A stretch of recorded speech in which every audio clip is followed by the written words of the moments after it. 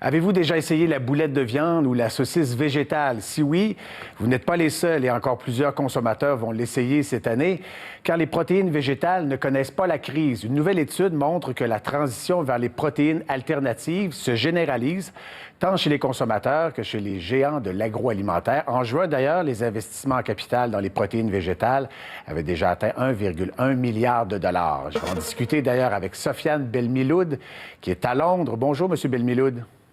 Bonjour, monsieur. Oui, vous êtes chargé de relations investisseurs chez FAIRR. Alors, c'est un réseau qui se spécialise en risques et en opportunités liées à la production animale intensive. On va commencer tout d'abord par un chiffre. D'ici 2025, les investissements dans les protéines alternatives vont atteindre 18 milliards de dollars. Qu'est-ce qui explique leur popularité? Et une forte demande de la part des consommateurs. Donc, le marché des protéines alternatives a connu une croissance fulgurante ces dernières années. Par exemple, aux États-Unis, en 2019, la vente de liquides à base de soja, donc de liquides végétaux, a connu une hausse de 200%, alors que l'équivalent de vente de poules était en baisse de 13%. Pareil pour la viande à base de plantes ou le fromage à base de plantes qui ont connu des taux de croissance assez importants. Donc il y a un réel changement dans les habitudes de consommation et un changement qui a été aidé également par la crise du Covid qui a un peu mis en exergue tous les problèmes liés à la production de protéines animales dans les fermes d'élevage intensif. Oui, parce qu'il y a eu des éclosions également dans certains de ces abattoirs-là. Alors, ça a un impact aussi sur les habitudes de consommation. Et quoi, les gens craignent davantage la viande? Oui, tout à fait. Mais disons que les consommateurs se sont rendus compte qu'il y avait un problème au niveau de ces abattages, mais également des usines de transformation, de conditionnement, de découpe de la viande. On a eu des cas, même au Canada, avec deux usines du groupe Cargill qui ont fermé au mois d'avril à Chambly et dans l'Alberta, mais également en France, en Allemagne, tout récemment avec l'usine Tonies. Ouais, donc ça a un impact. Et aussi, les gens veulent mieux manger, généralement également, là. Les gens veulent mieux manger, c'est vrai. Une des raisons qui explique également l'augmentation des ventes, c'est le taux de véganisme et de végétarianisme qui est en hausse. Mais disons que de plus en plus de personnes veulent tester, comme vous l'avez dit au début, la saucisse végétale et le burger végétal comme alternative crédible à la viande. Et pendant la crise, on a vu également des problèmes éthiques et moraux, c'est-à-dire avec des cheptels de porcs, de poules qui ont dû être éliminés par faute de stockage. Donc ça aussi, ça a eu un impact dans les traînes de consommation. Monsieur Belmiloud, il y a une chose également qu'on entendait au départ, c'est que les boulettes de viande végétale, ça n'avait pas le même goût que la viande. Est-ce que l'industrie a amélioré également le produit lors des dernières années? Oui, tout à fait. De toute façon, une des clés du succès aujourd'hui, c'est que d'énormes investissements en recherche et développement ont été menés par les producteurs de protéines alternatives pour essayer de vraiment répliquer, imiter à la fois le goût, mais également la texture de la viande. Donc, effectivement, c'est sans cet apport niveau recherche et sans ces efforts pour faire en sorte que la viande d'origine végétale ait plus ou moins le même goût, la même odeur, la même texture, on n'aurait pas connu, à mon avis, ce développement fulgurant. Ouais, pour nous donner un ordre de grandeur, qu'est-ce que ça représente, donc le marché pour les protéines végétales versus le marché de la viande actuellement?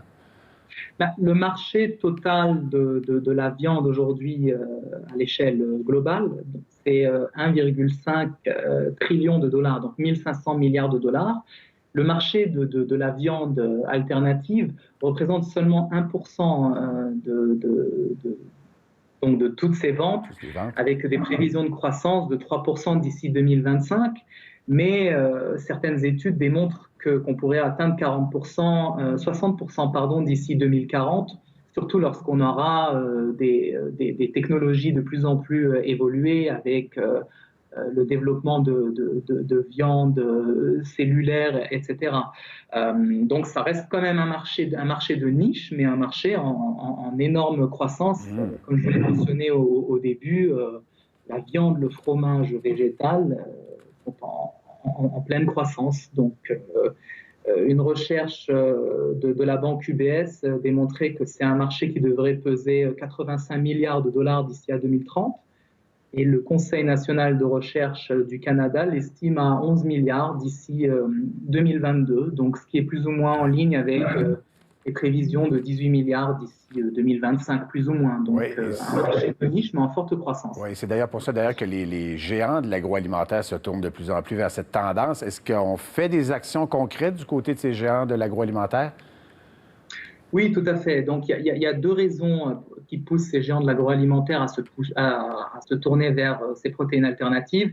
C'est comme vous l'avez mentionné, donc la demande croissante de la part des consommateurs, mais c'est également le besoin pour ces groupes-là de mettre en place une stratégie de transition vers des produits moins polluants. Ce qu'il faut savoir, c'est que la viande, le marché, la consommation de viande aujourd'hui, génère 14,5% des émissions de gaz à effet de serre à l'échelle globale.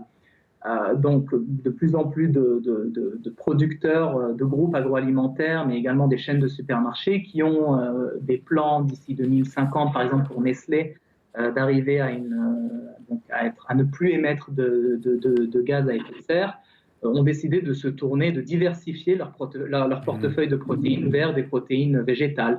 Et également, donc, il y a des efforts qui sont mis en termes de marketing, de recherche et développement. Oui, peut-être en 20 secondes, le bénéfice pour l'environnement, parce que souvent, c'est l'argumentaire, là, que c'est bien meilleur donc, en termes de gaz à effet de serre. C'est quoi la différence avec l'élevage animal? Ben, si on prend l'équivalent d'un steak haché de bœuf et si on le compare à un steak haché végétal, on a quand même 89% d'émissions de gaz à effet de serre en moins pour le steak haché végétal, 96% d'utilisation des sols en moins, 87% d'utilisation d'eau en moins, donc ça a un impact quand même bien moindre par rapport à un steak haché d'origine animale tel qu'on l'a consommé depuis toujours. Assurément, un argumentaire pour l'industrie. Sofiane Belmiloud, merci beaucoup d'avoir été avec nous. Merci pour l'invitation. Au revoir.